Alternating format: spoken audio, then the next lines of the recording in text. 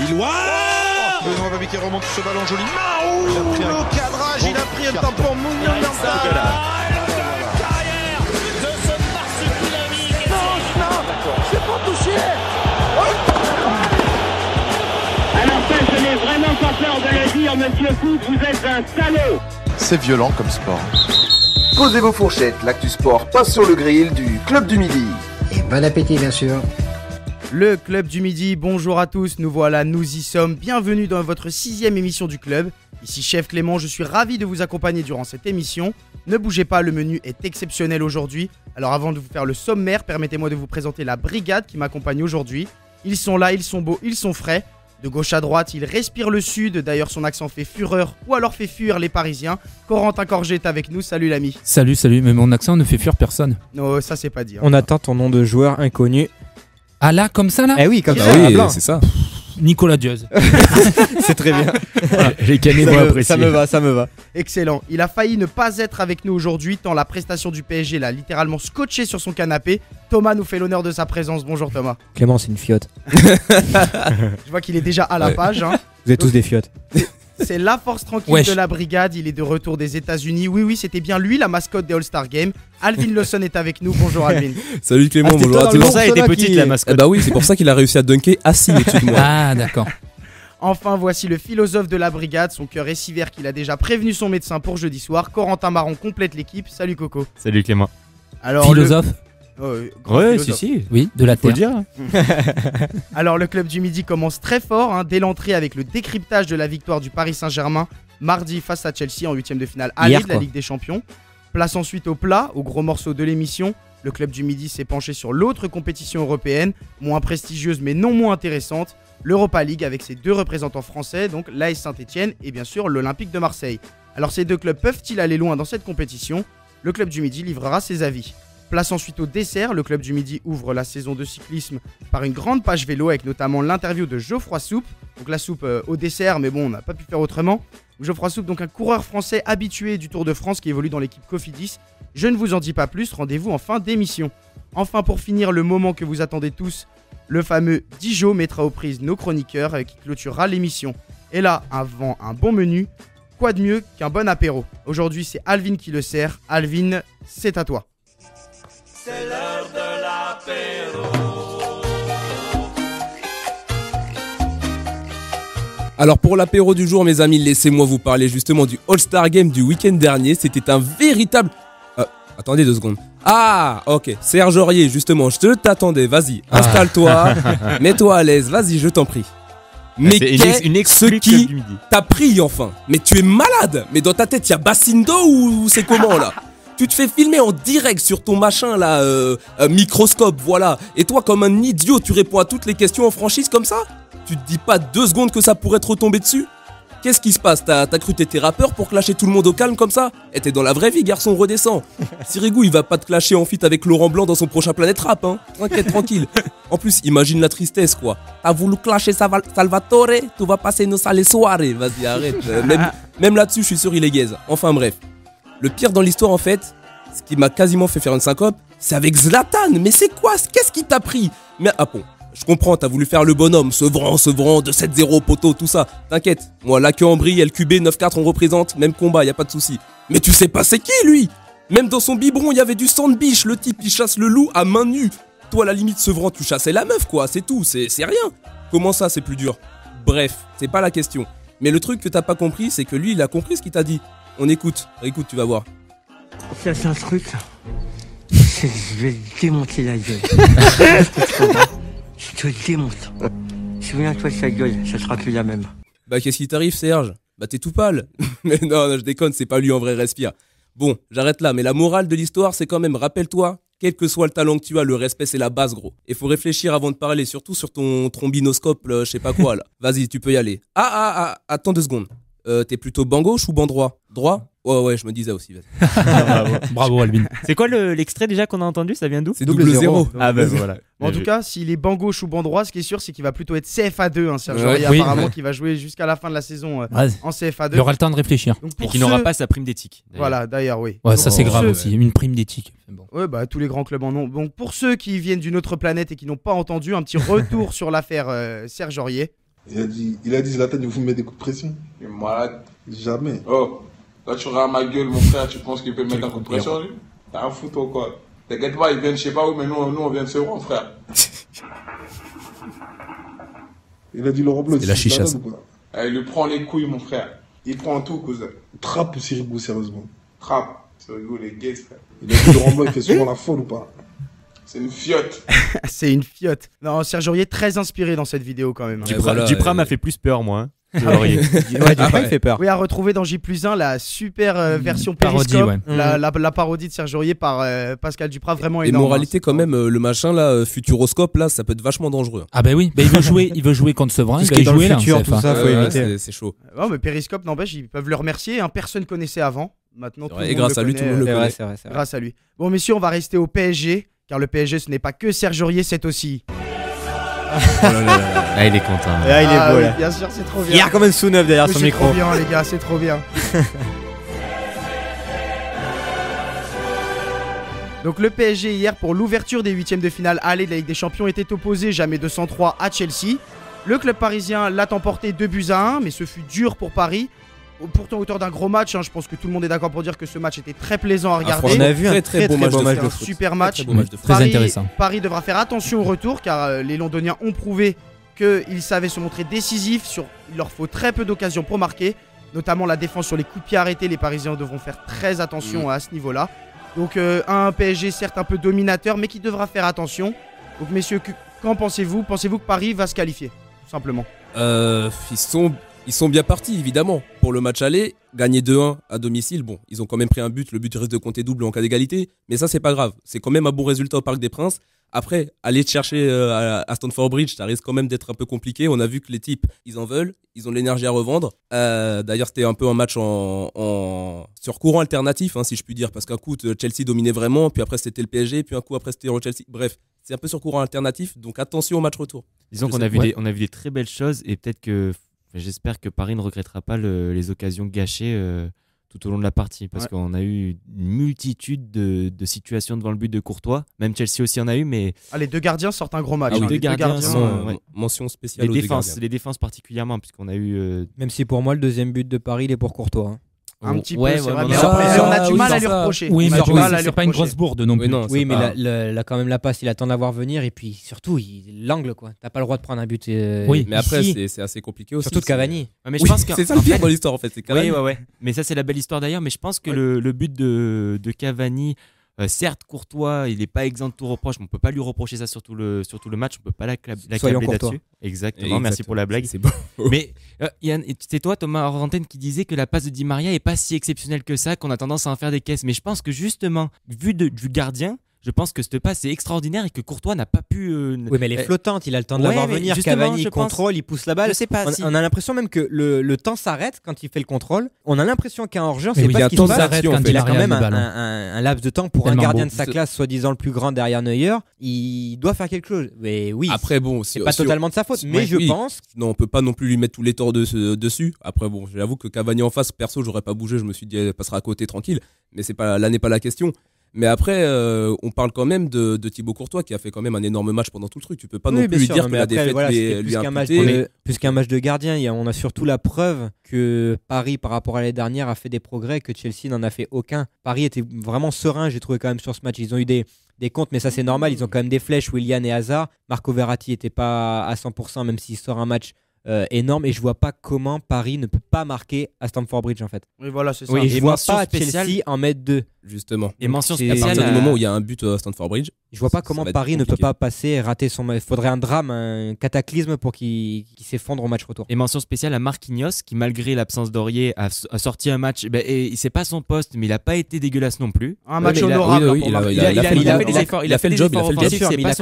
Il a quand même manqué l'apport offensif d'Aurier sur le côté. Mais globalement, sur ce match, les deux arrières latéraux, même Maxwell qui d'habitude fait souvent des excellents matchs, là sur ce. Il est en deçà, oui, complètement. J'ai trouvé un peu pas terrible. Pour Marquinhos, parce qu'il avait pas pris son café, c'est pour ça. Pour Marquinhos, j'ai trouvé que pour un retour à ce poste-là, parce qu'Aurier était indiscutable, il a fait un match pas non plus contre Chelsea, pas non plus dégueulasse, quoi.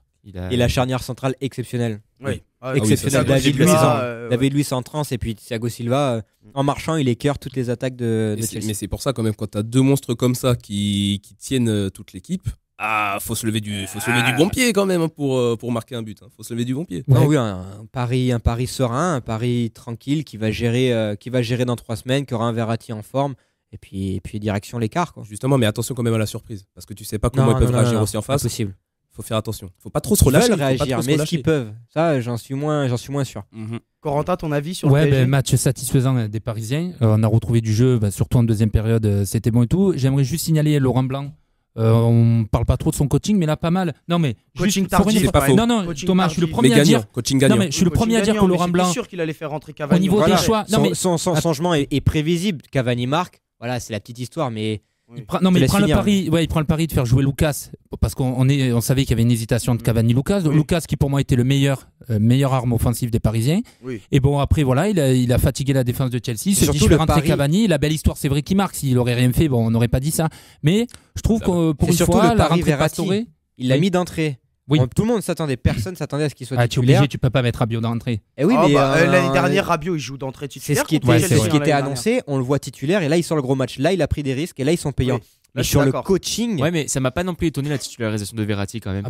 Non, mais c'est bien qu'il soit titulaire. Mais sur le délire coaching payant, on savait quand Cavani allait rentrer, on savait qui allait sortir. Oui, mais bon, Cavani marque, tant mieux pour lui. Non, mais c'est la cerise sur le gâteau. Ce que Corentin veut dire, pour c'est une fois, que on a la vraie patte Laurent Blanc. C'est ça. Et dans la saison, on a quelque chose. Dans la saison, un peu plus tôt dans la saison, des fois on pointait justement Laurent Blanc sur ses coachings. Et là, c'était pas lui qui faisait c'est l'équipe. payant. Je pense que c'est ce que tu veux dire. Oui, mais il a fait les mêmes coachings qu'il fait en championnat. Et là, Cavani marque, tant mieux. On est tous d'accord pour dire que le but de Cavani. En championnat, il aurait pas fait démarrer Verratti, tu vois. Il aurait gardé. Je crois le but de Cavani, même lui pensait ne pas l'avoir mis. On est tous d'accord pour dire que le but de Cavani, tout le monde le sentait. Moi, pour moi, c'est un match. Alors, Cavani est rentré. Parce qu'au Parc des Princes, personne ne le sentait.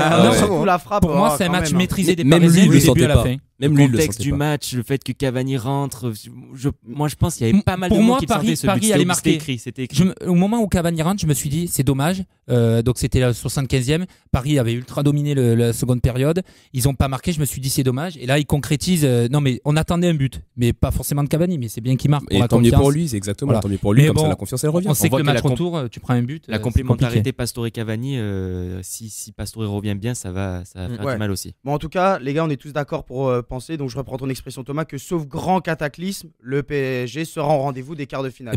Il faut bien l'admettre. Tu perds 1-0, tu es mort. Donc, oui, à faire attention, mais ça risque de le faire. Oui, Paris est solide. Mais attention, le match va pas être si facile que ça. Mais oui, sauf attention aux fameux faits de jeu. Les fameux. On en a eu encore hier. Bon, voilà, c'est ça. Bon les gars, maintenant passons à l'autre compétition européenne, parce qu'en Ligue des Champions, on n'a qu'un club français, mais en Ligue Europa, on en a 2. Waouh. Alors, et à la PlayStation, on a tous les autres. Voilà, tous les autres. Et donc Saint-Etienne, le premier club français, accueille le club suisse du FC Bâle ce jeudi à 19h au stade Geoffroy Guichard. Les Verts sont loin d'être favoris, mais espèrent bouger cette équipe suisse en s'appuyant sur une envie retrouvée depuis cet hiver. Corentin Marron. Et oui Clément, les Verts paraissent transformés depuis fin janvier. Grâce à qui ? Grâce à quoi ? Premièrement, grâce à un très bon mercato hivernal. L'apport des recrues Tanan et Söderlund se fait sentir dans les résultats et dans le jeu des Stéphanois. Sans oublier le jeune Norvégien Selnaes, sur qui l'on compte beaucoup dans le Forest pour dynamiser le milieu de terrain. Mais c'est aussi grâce à une cohésion dans le groupe retrouvé. L'affaire de la liste noire révélée par le journal L'Équipe, dans laquelle il se disait que Galtier souhaitait se débarrasser d'un bon nombre de joueurs du groupe, a eu paradoxalement pour effet de remotiver le groupe et de lui redonner un allant, chose qui manquait cruellement à cette équipe depuis le début de la saison. Des Stéphanois galvanisés aussi grâce au derby remporté dans le Chaudron. Et oui Clément, depuis un mois et ce fameux derby, Saint-Etienne c'est 5 victoires, 2 nuls et 1 défaite contre Paris, la défaite. Alors est-ce de bon augure avant d'affronter le sextuple champion de Suisse en titre ? Réponse demain soir, toujours est-il que l'on doit être un poil plus confiant dans la Loire après ce bon début de phase retour. Et donc Saint-Etienne-Bâle, messieurs, qu'est-ce que vous voyez ? Une élimination des Verts ou au contraire, vous pensez qu'ils ont leur chance ? Déjà, ce qu'on sait, Galtier l'a réaffirmé, ils vont la jouer à fond. Donc voilà, même si le championnat, nous, c'est un objectif important. Merci, enfin. Non, mais il y en a. Non, mais même l'année dernière, je suis pas d'accord avec toi. Arrête, la plupart du temps, les clubs français, ils la jouent jamais à fond l'Europa League. C'est heureusement qu'on voit un club. C'est qu'on est mauvais. C'est qu'ils peuvent pas. Ils n'ont pas l'effectif et ils n'ont pas la qualité, donc c'est compliqué. Et comment ils font les autres clubs quand on voit mais parce que non. Alors écoute, les équipes qui la jouent, Guingamp l'a joué. Ils ont fini combien ? Oui, mais Guingamp, on parle de Guingamp, un petit club de Ligue 1. Alors voilà, les autres mais pays. dans les autres pays, non, mais parce que c'est pas pareil. C'est qui, Clément? Non, mais c'est pas la même culture. Les Portugais, la jouent à fond. Oui, mais le championnat. Les Russes, les Ukrainiens, les machins. Comme dit Corentin, le championnat est différent. Les Ukrainiens ne jouent plus là. Des peintres après. Oui, les Ukrainiens ne jouent plus. Mais justement, à chaque fois, on dit justement, oui, mais ils jouent que ça. Justement, ils sont pas en jambes. Ah bah alors, ce qu'il faudrait, c'est déjà changer les mentalités, que les clubs comme Saint-Etienne, Bordeaux, Marseille, amenés à jouer la Ligue Europa sur plusieurs années, comprennent qu'il faut des effectifs de 30 joueurs. Ils essaient de faire ça. Mais ce débat est intéressant. Et avec une vraie concurrence et des vraies qualités, et pouvoir te dire, j'ai presque pas 2 équipes types, mais des bons joueurs pour pouvoir jouer bien la Ligue Europa. Le problème de la Ligue Europa, c'est qu'il faut avoir les sous pour la jouer. Et dans un club, dans un championnat comme le championnat de France, il faut avoir les sous, il faut avoir l'effectif, comme tu disais, Corentin. Et quand tu la joues, on voit que des clubs qui la jouent, comme Guingamp, comme Saint-Etienne il y a 5-6 ans, ils finissent au fin fond du classement parce qu'ils peuvent pas jouer sur les 2 tableaux et parce qu'ils n'ont pas les capacités. D'où l'intérêt d'avoir des clubs qu'on justement chaque année. Et franchement, et quand on les entend, la plupart des clubs français, quand on les entend, c'est la Ligue des Champions va se donner à fond parce que c'est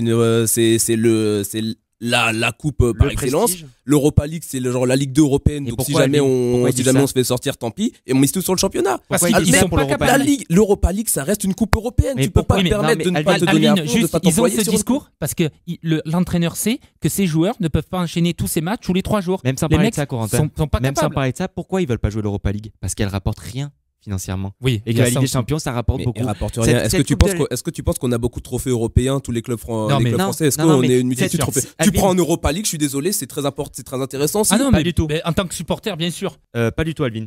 Parce que la Ligue Europa, pour qu'elle soit financièrement rentable, c'est alors pour les Marseillais. Tu aimerais que ton club aille loin pour rêver un peu. On parle de finances, mais l'Europa League, ça apporte. Pour des clubs comme nous, ça peut apporter plus que de l'argent. Un club comme Saint-Etienne et Marseille, c'est les 2 derniers représentants de l'Europa League. Ils vont en demi-finale, mais ça va être l'euphorie en France. Mais bien sûr, il y aura le soutien populaire, bien sûr. Et ça va t'amener une exposition. Séville. Et ça relance l'économie française. Séville est double tenant du titre. Ça leur apporte aucun argent, mais putain, ça leur apporte des joueurs tous les ans. Ça fait venir du monde. Le mec de Dniepro, là, je sais plus comment il s'appelle. Konoplyanka. Il a signé un très bon joueur. Ça fait venir du monde, ça fait de l'exposition. Et ça apporte autre chose que de l'argent. Ça veut dire gymnastique faut en pouvoir Ukraine. la jouer, je suis totalement d'accord avec toi Thomas, mais comme je dis, il faut pouvoir la jouer en étant performant sur les 2 tableaux. Et ben c'est justement au fil des années, si on n'est pas en Ligue des Champions, accumuler les bonnes performances et les beaux parcours, ça va t'amener du monde, ça va t'amener de l'argent. Je vous rappelle que le sujet de base c'était Saint-Etienne. Oui, Saint-Etienne, c'est ce qui me semblait. Justement, Saint-Etienne. Oula, qu'est-ce qui se passe? Le FC Bâle, messieurs. Le FC Bâle. 3e ville de Suisse, compte environ 170 000 habitants. Elle est une sorte d'enclave helvétique entre l'Allemagne et la France. L'allemand est la langue officielle d'ailleurs de cette ville de Bâle. La ville est traversée par le Rhin dont elle est le dernier port de sa zone navigable. Curieusement, une partie de la banlieue bâloise se trouve en France et en Allemagne. Certaines lignes de tramway desservant même 2 communes alsaciennes. Et Bâle est notamment la ville natale de Roger Federer. Son stade, le Parc Saint-Jacques, est le stade du club de football suisse, du FC Bâle, donc notamment, on vient d'en parler, c'est n'importe quoi ce que je dis. Et son surnom est Joe Gelli. Et il a une capacité de 38 512 places et accueillera la finale de la Ligue Europa, messieurs. Merci Polo. Et pour on ce point reconnaît culture. Polo la science, le fameux toujours important. Le mec dans l'hélicoptère là, qui fait les annonces Wikipédia du Tour de France. Une once de culture fait toujours du bien à cette émission. Et oui, on rappelle la fin de l'émission, une très très belle page cyclisme, d'où cette petite parenthèse. Bon, alors maintenant, on parle de choses sérieuses. C'est ça, parce que le débat a dérapé sur la Ligue Europa, est-ce qu'il faut la jouer ou pas la jouer, mais Saint-Etienne joue contre Bâle à la base.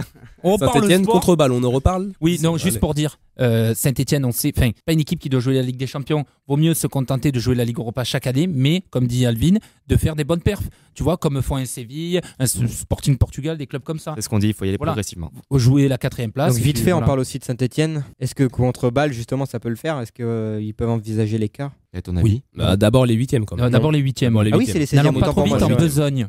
Non. Non, ils sont pas favoris. Ils sont clairement pas favoris. Et puis, ça peut être un atout de jouer pour une fois le match aller à domicile. Peut-être. Et puis, la seule once d'espoir qu'ils peuvent avoir, c'est l'apport des recrues, comme j'ai dit tout à l'heure. Sinon c'était le désert avant ce mercato hivernal. Tatane et puis Söderlund qui malgré ses déchets marque des buts importants. Saint-Etienne est dans une super forme pour affronter Bâle.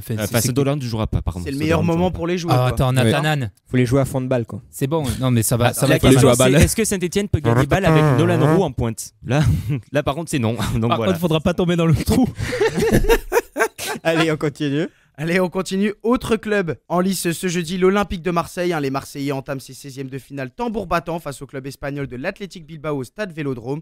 Analyse d'avant-match avec toi, Alvin. Ah, pour un match d'Europa League, ça reste une belle affiche. Et les hommes de Mitchell vont l'attaquer de forte manière chez eux dans leur fameux stade Vélodrome. Cependant, quelques soldats risquent de manquer dans l'escadron de l'Espagnol puisque Brice Djadjedje sera absent pendant 3 semaines pour une blessure à la cuisse. Benjamin Mendy est toujours out, Lucas Silva n'est plus sur la liste des joueurs présents pour la C3 et Rémi Cabella est suspendu pour avoir pris 3 cartons jaunes lors des 3 dernières journées. Donc il y a quand même quelques joueurs qui manquent. C'est donc un OM amoindri mais toujours fort qui se présente face à Bilbao, qui, je le rappelle, sort d'une défaite 4-0 face au Real Madrid. Mais il ne faut pas pour autant les enterrer tout de suite vu la manière dont ils ont bousculé les joueurs de Zinedine Zidane. Et n'oubliez pas une chose, c'est que les clubs espagnols en Europa League sont toujours très compliqués à jouer et vont toujours très loin dans la compétition. Il va falloir s'employer alors, messieurs. Donc, messieurs, Athletic Bilbao-Marseille, une affiche qui nous fait penser un peu à Bielsa. Il va y avoir une très très belle ambiance en tout cas. Je pense que c'est un bon match, un match bien à Bilbao, parce que le Vélodrome sera pas plein. À Son Mamés. Et si tu fais une bonne perf à l'aller, non? Tu penses pas qu'il y aura un peu de monde au retour? Oui, mais le match retour se jouera pas au Vélodrome. Non, le match aller est au Vélodrome, le match retour est à San Mamés. D'accord, je crois que tu fais les 2 matchs au Vélodrome, oui, Marseille a peut-être une chance de passer. Et oui, pour le problème, c'est un jeudi soir, il y aura pas grand monde. Non, il y aura personne. Les virages auront quelques supporters, mais les tribunes latérales du Vélodrome seront. Pour moi, Marseille a une vraie chance. C'est comme un peu Saint-Etienne, ça revient. Ils ont encore moins de chance. Moi aussi, je pense que Marseille contre une équipe qui joue au ballon, ils sont catastrophiques. Je pense aussi. Il faut voir. Moi, je pense que ça sera plus serré que ce que vous pensez. Ah non, c'est un Nice amélioré, Bilbao. Ça va être une équipe. Non, mais c'est vrai, c'est une équipe qui joue au ballon, ça va être une catastrophe. J'annonce déjà une boucherie au Vélodrome. Là où je rejoins Thomas, c'est que Marseille, pour moi, a beaucoup moins de chances que Marseille en prend au moins 2 au Vélodrome. J'en suis presque sûr. C'est vrai justement que ça va être une catastrophe. Bilbao, ça va pas être si facile que ça. Déjà qu'ils sont fatigués, les joueurs ils sont pas bons. Est-ce que Michel a dit qu'il comptait la jouer à fond? Il va la jouer à fond, il a toujours joué à fond. Donc il va pas faire tourner, il va mettre la meilleure équipe. Il a toujours mis les équipes types en phase de poule. Il va la jouer à fond, mais tu as beau jouer une compétition à fond, tu veux y aller déterminé. Je crois au réveil de Michi. Avec les joueurs que tu as, tu peux pas battre Bilbao. Désolé, c'est impossible. Moi j'ai espoir. J'ai espoir pour les 2 clubs, CT, Marseille. Mais la clé du match, comme dit Coco, ça sera Michi. Si Michi claque enfin ses buts, et ben oui. Est-ce qu'il va jouer le 25e match de 2016? Va donc chez Michi. Merci à lui. Est-ce qu'il va jouer surtout Michi? Pour son 40e match de la saison peut-être. Ça peut. C'est un Télétobies, Michi. Il joue contre qui Marseille ce week-end en Ligue 1? En Ligue 1, Marseille c'est contre qui ce week-end déjà? Saint-Etienne, dimanche à 14h. Ouais. Nous y serons. Bien sûr. Est-ce que Marseille-Saint-Etienne, ils devraient s'accorder les deux pour mettre les deux, on envoie leur CFA, comme ça on repose les titulaires pour nous faire un beau match de foot. Voilà, donc on va jouer clair et brisant. D'accord. Voilà, c'est ça. Décheglier Sparagna, ça va être magnifique. Donc vous êtes plutôt optimiste. Vous êtes plutôt optimiste sur Saint-Etienne plus que sur l'OM donc. Malheureusement. Oui, même si ça va être très compliqué pour les 2 clubs de toute façon. Mais moi j'ai espoir que les 2 passent. Je suis peut-être un peu un rêveur, mais j'y crois. Ouais. De toute façon, il n'y a pas de. Attendez. Bilbao en Basque est une ville du nord de l'Espagne d'environ 350 000 habitants, capitale de la province de Biscaye et de la comarque du Grand Bilbao. C'est la ville la plus importante de la communauté autonome du Pays Basque et du nord de la péninsule ibérique. C'est la 10e agglomération de l'Espagne et l'un des principaux centres économiques. Elle est située à l'estuaire du fleuve Nervion. Son stade est le stade de San Mamés, inauguré en août 1913. Il abrite depuis le club de football de l'Athletic Club de Bilbao. Merci Polo. C'était un Polo la science du Sud, c'était Momo la science. Merci, c'est ça. Momo la science et le vélo qu'on retrouve toujours en fin d'émission avec Geoffroy Souk, en invité exceptionnel du club. J'aime ces petites parenthèses. On est quand même bon dans le teasing. On est quand même bon dans le teasing. Ça me plaît. C'est un métier, le cyclisme tout à l'heure. Alors messieurs, si Marseille et Saint-Etienne venaient à passer ce premier tour de la phase finale, chose qu'on espère au club du Midi, pour espérer aller loin dans la compétition, ils devraient faire face à des cadors européens. Un coup d'œil sur les forces en présence avec toi, Corentin. Et oui Clément, arrêtons de sous-estimer la Ligue Europa, messieurs, puisque cette édition 2015-2016 nous offre des affiches dignes de la Ligue des Champions, avec la rencontre de ces 16e entre 2 favoris à la victoire finale, Dortmund-Porto, les Allemands presque sûrs de finir 2e en Bundesliga, alors que les Portugais ne sont que 3e en championnat, mais on connaît la performance des clubs lusitaniens en C3, Braga finaliste en 2011 et le Sporting Portugal sont aussi en course pour le titre, des Lisboètes qui affrontera le Bayer Leverkusen, la colonie allemande est complétée par Augsbourg et Schalke 04 qui se déplacera eux en Ukraine pour jouer le Shakhtar Donetsk qui rêve pourquoi pas du même parcours que leur compère du Dniepr-Petrov l'année dernière qui avait perdu en finale, on se rappelle. Face à Séville, double tenant du titre, repêché de la Ligue des Champions, il faudra bien évidemment compter avec les Andalous qui démarrent tranquillement en affrontant les surprenants Norvégiens de Molde. Autre grand favori pour le titre, Naples. Les Napolitains qui est la seule équipe à suivre la Juve en Serie A et qui a remporté tous ses matchs de poule. Enfin, avec la victoire de Chelsea il y a 3 ans, on se dit que les clubs anglais jouent enfin en fond cette compétition. Impressionnant dans le jeu, cette saison, les Spurs de Tottenham se verraient bien glaner un trophée, alors que Manchester United, largué en Première Ligue, ne semble pas en mesure de faire quelque chose cette saison. Merci Corentin pour ce point sur les favoris de l'Europa League. Messieurs, qui voyez-vous en favori, l'ultime favori comme d'habitude, c'est les clubs qu'on retrouve souvent dans le dernier carré. Moi, je pense que Séville va aller assez loin encore cette saison. Oui, je suis moins sûr, moi. Non, moi je pense que quand même. Ils se sont encore renforcés par rapport à l'année dernière. Par contre, vraiment, s'ils s'en donnent vraiment les moyens, je pense que le BVB a un moyen de faire quelque chose. Le BVB de Borussia Dortmund, pardon. Ah oui, s'il te plaît, utilise des mots qu'on... Excuse-moi, on est en France. Excuse-moi. Dortmund et Naples. Il bin Streinfight, pas là. Dortmund et Naples. Oui, c'est ça. Dortmund, Naples, Séville, et puis après, bon, t'as toujours une surprise. Et Manchester. Non, United, on le sait. Non plus. Là, ils jouent contre Midtjylland, une petite équipe danoise. À la limite, ça risque de passer. Mais au tour d'après. Midtjylland qu'on accueillera d'ailleurs au club du Midi. Oui, bien sûr. Je cherchais une blague. Ils ont une très belle équipe de jeunes puisqu'ils sont en Youth League, en Champions League encore. Ils sont encore qualifiés. Ils tombent contre le Barça. Ils sont plus en course.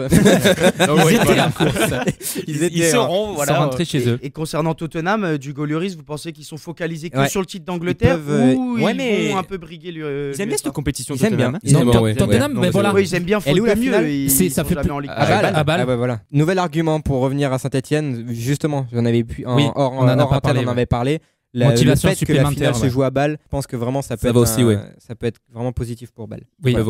Mais pour en revenir à Tottenham, oui, ils peuvent aller loin. Pas de piano. Tottenham va la jouer à fond. Ça fait chaque année ils sont pas loin. Là, je pense qu'ils vont y arriver. Le BVB, donc Borussia Dortmund. Pour rappel, deuxième de Bundesliga.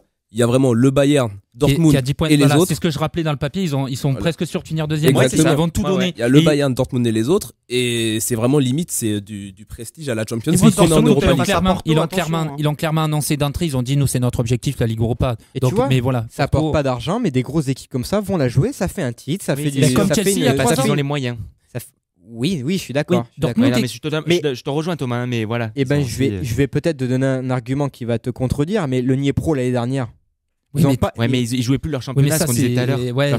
On parle de moyens là, on parlait de moyens. C'est une aventure qui se joue. Saint-Etienne et Marseille ont plus de moyens que Dniepopetrovsk. Pourquoi Dniepro l'a gagné contre-argument? Ils ont perdu tous leurs joueurs. Non, mais Thomas, mais ça apporte des sous, ça. Mais Thomas, Dniepro, ça ressemble un peu à un parcours en Coupe de France, à la Grande-Ville. Non, mais ils sont en Ligue Europa. Mais ils vont en finale de Ligue Europa. Parce qu'ils ont tout donné. Ils avaient rien d'autre à jouer. Ils ont rien à perdre, tout à gagner. Braga, il y a 4 ans, c'est pareil. C'est un budget inférieur à Saint-Etienne et Marseille. Il n'y a pas de championnat au Portugal. Arrête, Rio, Belenenses, tu joues contre des maçons, des plâtriers. Mais ça va. Et ce match-là, face à un 3 Guingamp, on me dit pas que c'est mieux, franchement. Je sais pas. C'est compliqué. Quand tu regardes le Benfica Porto de ce week-end, même le Sporting Porto d'il y a un mois, ça fait 3 équipes. Tu mets Benfica en Ligue 1, je te dis qu'il n'y a que Paris qui est devant. Mais oui, tu mets Benfica en Ligue 1, il n'y a que Paris qui est devant. Non, c'est Saint-Etienne, vous faites laver par les clubs portugais. Là, il n'y a pas Benfica cette année en Ligue Europa, mais c'est sûr que c'est ça qui. Là où je suis d'accord, c'est que ces équipes portugaises, ukrainiennes qui se donnent à fond ont une vraie culture de la Coupe d'Europe qu'on n'a plus maintenant, qu'il faudra retrouver. Mais il faut aussi les moyens de la jouer. Mais bon, après, il faut que Paris passe le cap des quarts de finale en Ligue des Champions. Ça aussi, ça peut tirer le championnat vers le haut. Mais on parle d'Europa League. Non, mais ça y joue fortement. Tu dis que ça va attirer d'autres joueurs pour les autres clubs. Oui, ça va faire une bonne image. Faire refléter le championnat de France ailleurs. Fait parler d'eux partout dans le monde. Donc ça peut attirer des joueurs de plein d'endroits. Pour revenir à Porto-Dortmund, sachant que le match aller. Tu y tiens à Dortmund? Non, mais j'aime bien parler parce que c'est vraiment mais ça se voit pas, il ressemble comme des gouttes d'eau en allemand. Bon, c'est vraiment stupide. C'est vrai, on dirait Matt Hummels. Pour en revenir donc du coup à Dortmund-Porto, vu que le match aller sera au Signal Iduna Park, je peux vous dire que le stade il sera plein à craquer. Westfalenstadion. Non, maintenant il s'appelle Signal Iduna Park. Non, c'est dans la province de la Westphalie. Moi je suis Stéphanois, je vis dans le passé. Voilà, mais les vrais l'appellent Westfalenstadion. Après, faudra que tu nous y emmènes d'ailleurs. Mais il y a pas de souci, vous venez 400 € la place. Ouais, mais voilà, faut trouver la place après. Ah, mais le mur jaune, c'est le rêve. Mais et je peux dire que ça peut être vachement déstabilisant pour une équipe comme Porto et ça va être compliqué de pouvoir s'imposer au match aller. Pour le coup, Porto va tenir la draga haute à Dortmund. Ah, il avait besoin de la placer. Messieurs, pour clore cette page Europa League. Alors closons. Ah, vous êtes chaud comme ça là. Ah ben, moi je suis chaud comme ça m'a fait rire. Couper les micros en deux. Bon, pour finir, donc pour clore cette page Europa League, les gars, donnez-moi un favori selon vous qui va gagner cette année. BVB. Je reste là-dessus. Ouais. Donc éliminé par Porto au prochain tour, Alvin, on connaît tout. Misez Porto, misez Porto. Souvenez-vous son dernier pronostic sur le Super Bowl. Non, on n'en parle pas. On a dit qu'on n'en parlait pas à l'antenne. Et ben on en reparle. C'est dégueulasse. Naples. Je vois bien les Italiens On n'a pas avec parlé le du Napoli, quatuor mais- Higuaín, Naples, Insigne, ouais. Hamzik et Mertens, fabuleux. Non, moi, je pense que Séville va encore Séville, aller. la passe de 3, ouais. Oh, Et moi, Marseille. Marseille, Oh oui. Non, Tottenham. Tottenham, Tottenham. pour toi, Thomas. On s'en rappellera de très ce bien. pronom. Ça doit faire Ouais. super longtemps. Non, il y a Chelsea. Ouais, il y a Chelsea. Mais avant Chelsea, il n'y avait pas grand club anglais qui ont dû gagner l'Europa League. Enfin, j'ai pas de souvenir. Liverpool en 2001 ouais, mais ouais. contre Deportivo Alaves. En fait, 5-4. on a tellement l'habitude de l'ancienne Portugais, version, Europe de l'ancienne l'Est, version. Oui. On passe La Coupe désormais de à l'UEFA, l'info. On passe désormais à l'info réchauffée du club du midi. C'est tout de suite, c'est maintenant. Place à la minute micro-ondes. La minute micro-ondes du club du midi. Et pour affronter le Canada au premier tour de la Coupe Davis, le capitaine de l'équipe de France Yannick Noah a décidé de retenir Joe Wilfried Tsonga, Richard Gasquet, Gaël Monfils et Gilles Simon, soit les 4 premiers tricolores du classement ATP. Noah a fait du neuf avec du vieux. A noter que Édouard Roger Vasselin se rajoute au groupe en tant que cinquième homme. La confrontation France-Canada se déroulera du 4 au 6 mars prochain en Guadeloupe. En cyclisme, Brian Cocard, leader de l'équipe Direct Energy, a été hospitalisé mardi en Espagne après une chute à l'entraînement. Il souffre d'une fracture de l'omoplate, a annoncé sa formation dans un communiqué. Ce communiqué ajoute que la participation du sprinter français au Tour d'Andalousie et au Paris-Nice prévu début mars est compromise. Toute l'info sur le monde du vélo dans quelques minutes avec Thomas. Après avoir remporté la Cannes avec la Zambie puis avec la Côte d'Ivoire, Hervé Renard va-t-il réussir la passe de 3 avec le Maroc? L'ancien entraîneur de Lille s'est engagé avec la Fédération des Lions de l'Atlas pour les années à venir. L'objectif est la Cannes 2017 et la Coupe du Monde 2018. Peu de vacances donc pour le technicien français, pas avare de défis. Enfin, c'est une exclue club du midi, les gars. Ezequiel Lavezzi ne remportera pas la Ligue des Champions. L'Argentin a quitté le PSG 3 ans et demi après son arrivée. Fortune. Lavezzi s'est envolé ce mercredi matin vers l'Eldorado chinois et la Fortune, dans le club Argent. eBay China Fortuna, où il retrouvera entre autres Gaël Kakuta, Stéphane Mbia ou encore Gervinho. Lavezzi n'a pas pu résister au salaire mirobolant de 14 millions d'euros par an. Le PSG devrait lui récupérer entre 5 et 10 millions d'indemnités. Et donc, oui, le coup de sifflet Pile ça poil. finit sur le gong. Sur le gong. Et c'est Et calculé. quel sens du timing. Kakuta, il est parti au Ouais. fait. Il Ouais, est en- il est en donc, Chine, ça me ouais. fait penser que dans ton quiz la dernière fois tu l'avais pas dit. On a Parce dit qu'il avait Gervinho, peut-être pas encore Mbia. signé. Si, Ouais, il avait mais c'est signé, pas ça un fait ancien 3 ans qu'il a Kakuta, signé. Kakuta, C'est pas un vrai lui ancien de aussi, Ligue 1. Du grand passé, espoir faisons gâché. table rase, comme diraient Un les grand communistes. espoir gâché lui aussi. Enfin bon, en tout cas, il aura Gervinho pour faire l'apéro. Lavezzi là-bas, il sera bien pour sortir dans les boîtes de nuit. Ouais, voilà, c'est ça. Non, mais une équipe qui risque de transpirer le whisky, c'est sûr. Ah ben là, non mais il a raison. Et la gueule de bois, il a raison. Et donc, alors, un petit dessert, une petite note sucrée pour terminer. Je me demande sur quoi ça peut être. Tous les favoris ont signé la feuille de départ. Ils s'en vont pour une étape déterminante, celle qui va vraisemblablement décider de la victoire finale. Il est impératif de passer dans les meilleures conditions les 3 ascensions. Le maillot jaune, ce soir, pourrait être le vainqueur à Paris. Et oui. On quitte les terrains de foot pour boire un coup au bord des routes. On parle cyclisme au club du midi. Que doit-on savoir sur la saison 2016? Les hommes à suivre, les grands rendez-vous. Thomas, nous t'écoutons. Alors oui, la saison est lancée avec en ligne de mire le Tour de France, bien évidemment, mais aussi les JO à Rio. Premier grand rendez-vous de la saison, c'était le Tour du Qatar. Et oui, ils ont aussi leur course cycliste là-bas. Et c'est Mark Cavendish qui a remporté l'épreuve. Et en ce moment, c'est le Tour d'Oman. La première étape a eu lieu hier avec la victoire de Bob Jungels. À noter la belle perf du français Romain Bardet qui a fini 3e et qui veut absolument se servir de ce tour pour lancer sa saison. Alors une saison 2016 qui va être marquée par la tournée d'adieu de 2 monstres, Fabian Cancellara et Alberto Contador. Le Suisse a éclaté tous les records sur les classiques ces 10 dernières années et l'Espagnol a brillé sur les grands tours. Mais pas sûr que Contador range finalement les vélos dès cette année. Une petite rumeur circule depuis quelques jours qui raconte qu'El Pistolero pourrait lancer sa propre équipe professionnelle si il ne brille pas cette année avec une victoire sur le Tour ou aux Jeux Olympiques. Donc peut-être une armada sous les ordres de Contador, c'est à surveiller. Et justement, quels sont les hommes à surveiller justement cette saison, notamment sur le Tour? Bah alors Contador déjà qui va tout miser sur la grande boucle, ça c'est clair. Après il y aura donc sûrement un nouveau duel entre Froome et Contador. À surveiller aussi Tom Dumoulin, un spécialiste du contre-la-montre, beaucoup de chronos sur le prochain Tour justement, donc il a ses chances de briller, il est à l'aise en montagne. Il a failli créer la surprise sur la dernière Vuelta, le Tour d'Espagne. Une grosse cote donc pour Tom Dumoulin. Il y a Fabio Aru à surveiller aussi, le compatriote de Contador chez Astana. Il a fini 2e du Giro, il gagne la Vuelta à seulement 25 ans. Il va pas s'aligner justement sur le Tour d'Italie pour tout miser sur le Tour de France. Et un dernier pour la route, le petit Colombien Nairo Quintana, considéré comme le meilleur escaladeur du peloton. 2e au Tour, 4e à la Vuelta. Je pense que cette année, c'est son heure. Et côté français, les chances tricolores, qui va briller sur les routes? Alors, on a Thibaut Pinot, sans doute. Il aime le Tour de France. 10e l'an passé. Il a joué de malchance quand même pour grimper un peu plus haut au classement. S'il arrive à se contrôler et être un peu plus régulier, il devrait faire mal. On a aussi Romain Bardet, donc on en a parlé pour le Tour de Man un peu plus tôt. Le super combatif du Tour de France l'année dernière est encore un petit peu fragile pour enchaîner les grands tours. Il va uniquement se concentrer sur la grande boucle et se lancer dans de grands raids dont il a le secret. Et donc c'est vraiment ces deux Français qu'il va falloir surveiller. On a aussi les petites surprises sur des étapes, pourquoi pas Alexis Villermoz et Pierre Latour de la team AG2R. Ils sont capables de réaliser des belles performances également. Et puis Nasser Bouhanni, bien sûr, le meilleur sprinter français, va tout donner pour briller sur le tour. Enfin, on l'attend, on l'espère. Et oui, on écoute Geoffrey Soupe, le bras droit de Bouhanni, l'homme de l'ombre de Cofidis. Les objectifs personnels, ça va aller avec les objectifs de l'équipe par rapport à Nasser, quoi. Parce que du coup mon calendrier il est vachement axé sur lui, quoi. Toute l'équipe va rouler autour de Nasser Bouhanni. Ouais, on a 3-4 coureurs qui vont vraiment le suivre sur l'ensemble de la saison, quoi. Et puis du coup après derrière ça tournera un peu, quoi. Et en Espagne justement, qu'est-ce que vous attendez sur ces courses et les prochains grands rendez-vous pour vous, pour Nasser et pour Cofidis, c'est quoi? Essayer de se mettre bien en condition et puis pouvoir arriver vraiment au maximum à Paris-Nice, quoi. Ça sera vraiment là-bas le gros objectif pour nous, quoi. C'est le premier grand rendez-vous, le Paris-Nice? Ouais, le premier grand rendez-vous, ça sera le Paris-Nice avec derrière l'enchaînement avec Milan-San Remo. Ouais. Et puis le Tour de Catalogne, mais enfin vraiment l'objectif premier d'équipe c'est d'avoir une victoire d'étape, enfin aussi, quoi, mais sur Paris-Nice, quoi. Et ce qu'on veut c'est vraiment peaufiner la condition et puis apporter aussi des victoires, quoi. Et Nasser, sur ce début de saison, ses objectifs à lui, vous devez lui parler, j'imagine, régulièrement. Ses objectifs personnels, c'est quoi pour cette saison 2016?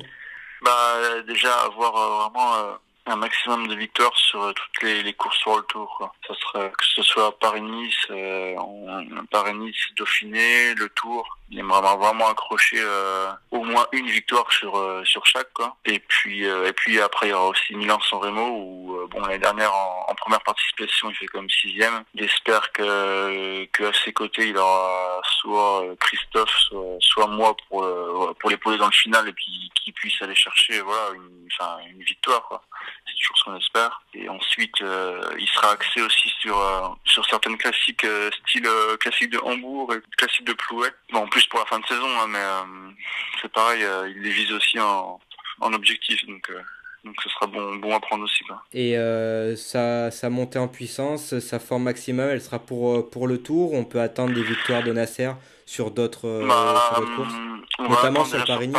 Sur Paris-Nice, parce que forcément là, il a une première saison qui est vraiment axée là-dessus, quoi. Paris-Nice, Milan-San Remo, vraiment en pic de forme, puisqu'après de toute façon on sera sur le Catalogne, mais on va couper un petit coup après, donc notre premier gros objectif du début de saison, ce sera ça. Et ensuite un autre pic de forme, qui sera axé sur le Tour, en espérant vraiment décrocher une victoire là-bas. Après le Tour, ça va aller vite, mais les objectifs seront différents, quoi. Comment il s'est préparé, Nasser, pour être encore plus performant en 2016 qu'en 2015, avec quelques blessures, quelques chutes qui l'ont privé de belles victoires l'année dernière quand même? Ouais, il a pas changé quelque chose dans sa préparation forcément, quoi. Il essaie simplement de tourner la page par rapport à 2015 qui a pas non plus été si mauvais que ça en fin de compte, parce qu'on a oui, bien sûr. Quand même c'est le Français qui a eu le plus de victoires. Il a juste joué de malchance sur des gros rendez-vous, quoi. Voilà, on se fait enlever un petit peu le maillot tricolore. Au Tour, voilà, il chute trop tôt. Donc voilà, après il a pas forcément changé quelque chose dans sa préparation par rapport à ça. Par contre, il a vraiment envie de gagner cette année, et le plus à la limite qu'il peut avoir, c'est la confiance avec Christophe Laporte et puis moi. Et on va essayer de retourner un peu à des basiques, à ce qui marchait quand on était à la FDJ, retrouver les fondements de ce qui marchait avec lui, quoi. On n'a pas besoin d'être 5, 6 avec un train de malade pour gagner des courses. Il a juste besoin d'un noyau de 2-3 coureurs qui puissent vraiment l'emmener dans le final, bien le replacer. C'est ce qu'on sait faire et ce qu'on fait au mieux. Voilà une interview réalisée par le Club du Midi hier soir dans une chambre d'hôtel à Séville, les amis. Et Geoffrey Soupe et Kofidi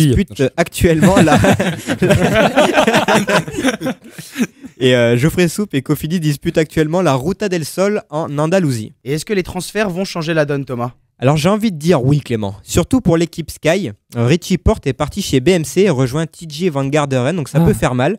Après bon, ils ont quand même de l'argent, ils sont quand même bien renforcés. Mikel Landa, l'étoile montante du cyclisme espagnol, quitte Astana pour rejoindre Sky et remplacer donc Richie Porte pour ramener Froome au sommet des montagnes. Toujours chez Sky, le PSG du cyclisme, Michal Kwiatkowski débarque. Le polyvalent champion du monde 2014 est une super recrue. Et chez les sprinters, Cavendish rejoint Dimension Data, l'ex-team Kubeka. Et rapidement, quels sont les grands rendez-vous à venir ? Alors on a le Paris-Nice qui arrive là du 6 au 13 mars, la classique des classiques Milan-San Remo le 19 mars. Cette course précède le Tour de Catalogne qui aura lieu fin mars. Au mois d'avril, les fans de vélo pourront vibrer devant le Tour des Flandres et le Paris-Roubaix avec ses célèbres... Les célèbres quoi, Paris-Roubaix ? Les pavés. Les célèbres pavés et donc la Flèche Wallonne. Chaque année, ils se cassent la gueule. On a le Giro et le Tour d'Italie. Donc, les pavés. Le Giro qui est le Tour d'Italie. Donc pas sûr qu'on voit beaucoup de spectacles par contre sur ce Tour d'Italie parce que le Tour de France arrive très vite et surtout avec en point de mire les Jeux de Rio, les amis. Je pense que là ça va s'employer par contre. On espère que Brian Cocard qui sera remis de sa blessure. du point qu'il a pris dans la tronche. Ah non, c'est plus qu'un Cocard là. Fracture de l'omoplate. Cocard, il fait toujours en salle aussi ou pas ? La piste, ouais, au Rio, il sera sans doute. Et cette blessure est regrettable parce que avec Boigny, mais Cocard est revenu en très grande forme en fin de saison dernière. Encore Boigny est un pur sprinter, c'est-à-dire que Boigny s'est arrivé tout droit, un peu emmené machin. Cocard, il pouvait tirer son épingle du jeu sur les pavés, sur les étapes vallonnées, il aura son mot à dire. On sait qu'on a un Tour de France très compliqué. Il n'y aura pas beaucoup de grosses arrivées au sprint. Il y en aura forcément quelques-unes, mais il y a les chronos qui vont s'enchaîner. Et les arrivées au sprint sont souvent sur des petites côtes, sur des étapes assez vallonnées. Donc pas sûr qu'on voit beaucoup de sprints massifs. Moi, un qui m'avait, hors du sprint, et un qui m'avait plu au dernier Tour de France, c'est le jeune Warren Barguil là. Lui, il m'avait impressionné, lui. Je me dis, parce que chaque année, on cherche toujours à savoir si on a une chance qu'un Français aille loin dans le Tour de France et pourquoi pas le gagner. Je dis pas qu'il est un petit peu fragile au même titre que Bardet. Parce que Pinot, on l'attend, mais bon. Mais Pinot, il va arriver. Il va arriver. Ça fait longtemps qu'on dit ça. Il a pas eu de chance l'année dernière quand même. À une étape où il aurait pas bien pu remonter dans le classement, il tombe. Je sais plus dans quelle descente il tombe et ça lui coûte. Il était en train de faire une remontée exceptionnelle et là il envisageait le podium. C'était la course pour le podium. Il est tombé et malheureusement il finit 10e, qui est déjà assez honorable pour un Français. Oui. On aime bien les places 2, 3, 4, 5. On aime bien pas être premier, donc bon, on va se satisfaire d'une 10e place. Ça fait partie des mentalités. Après, évidemment. Pour revenir sur Nasser Boigny, l'espoir français du sprint. Le problème, c'est que cette année, il y a quand même Marcel Kittel qui a changé d'équipe. L'Allemand qui a déjà raflé l'année dernière sur le Tour de France un paquet de bouquets. Là, il change d'équipe, il va à ATX Quick-Step. L'équipe des sprints. À quoi Où ça il va où? ATX Quick-Step. C'est une équipe belge. On réécoutera, je pense que je l'ai bien dit quand même. L'équipe belge, voilà, de Tom Bonnen à l'ancienne. Donc de Tom Bonnen. Et voilà, je pense que ça annonce des bons sprints sur le Tour de France. Et pourquoi pas un vainqueur français enfin sur les Champs-Élysées. Depuis Bernard Hinault, c'est pas arrivé. Oui, rêve, collègue. Au sprint ou sur le Tour? Au sprint. Un vainqueur français sur les Champs-Élysées. Oui, il s'arrange avant la course, lui, puisque tout est joué. Donc le dernier jour, il lui dit gagne si tu veux devant la France. Non, mais j'ai compris ce que t'as dit. T'as regardé le. Oui, la dernière étape. C'est un sprint, c'est pas le maillot jaune qui dit laisse gagner. Non, mais elle sert à rien la dernière étape, c'est toujours joué avant. Ouais, mais c'est quand même plus belle. Sur le CV, dire c'est la plus belle. Sur le CV, j'ai gagné 15 Je veux dire, tout le monde s'en fout. Sur les joué avant. Je dis pas qu'elle a un intérêt cette étape, elle sert à rien. Savoir qui c'est la plus belle et c'est surtout celle qui vaut le plus de points au classement du maillot vert. On a déjà vu des maillots verts qui se. À la limite, mais le Tour de France, le maillot jaune, c'est souvent joué là. Ah bah non, mais non, le maillot jaune. C'est déjà arrivé. Allez dire ça. Il me semble qu'il y a une édition où il y a un écart de 8 secondes entre les deux premiers. Ça, c'était avec Oui, mais on n'a jamais vu un échappé gagner aux Champs-Élysées. Voilà, c'est pour ça. Tu fais que tourner. Bernard Hinault, c'est un échappé qui gagne. Oui, non, mais Bernard Hinault, tout est dit. Voilà. Oui, depuis 30 ans quoi. Bon, messieurs, je vois que là. Les Verts gagnés. Il faut vraiment le maillot vert, quoi qu'il arrive, il y en aura un. Le maillot vert Saint-Etienne, non, c'est PMU. Tu sais, il y a d'autres femmes. À part Brigitte Bardot, il y a de belles femmes, mais non, il faut que tu arrêtes de vivre sur la nostalgie. Juste une question, elle est toujours là, Yves Torner, sur le Tour de France? Oui. C'est elle qui fait ça? Non, c'est pas vrai. Non, Yves Torner. Oh les gars, un peu de culture. Yves Torner. La pelée de l'accordéon quand même. Yvette. 138 ans, elle joue encore. Et oui, sur la caravane du Tour de France. D'ailleurs, on la retrouve à Porte de Saint-Cloud, elle anime les Scrabble le samedi après-midi. Et elle vous accueille une part de tarte. Eva Turner. Mais bon, j'avais pas compris. C'est pour ça que je comprenais rien. Yvette Torner. Quand même. Bon, voilà. Les gars, puisque Alvin pose des questions, je pense que c'est le moment du coup de passer au moment que vous attendez tous. On est chaud là. Alors, c'est bien connu les gars, le club du midi, ça rime avec gentil. Savez-vous les gars ce qu'il y a le 17 février? La journée mondiale de la gentillesse. Rien de spécial, je vous rassure, mais c'est l'anniversaire de plusieurs personnalités sportives du monde du sport. Michael Jordan. Alors, les règles du Dijon sont très simples. Je vous décris une personne qui fête son anniv aujourd'hui. Le premier qui me dit le nom de cette personne gagne 1 point. Oh non, j'en ai dit une. Le Dijon du club. Et ben la prochaine fois, ferme ta. Alors vous êtes prêts les équipes? Oui. Coco Thomas, vainqueur en titre d'un côté, Corentin et Alvin de l'autre. On dit direct la réponse, hein. Direct la réponse. Allez, chaud.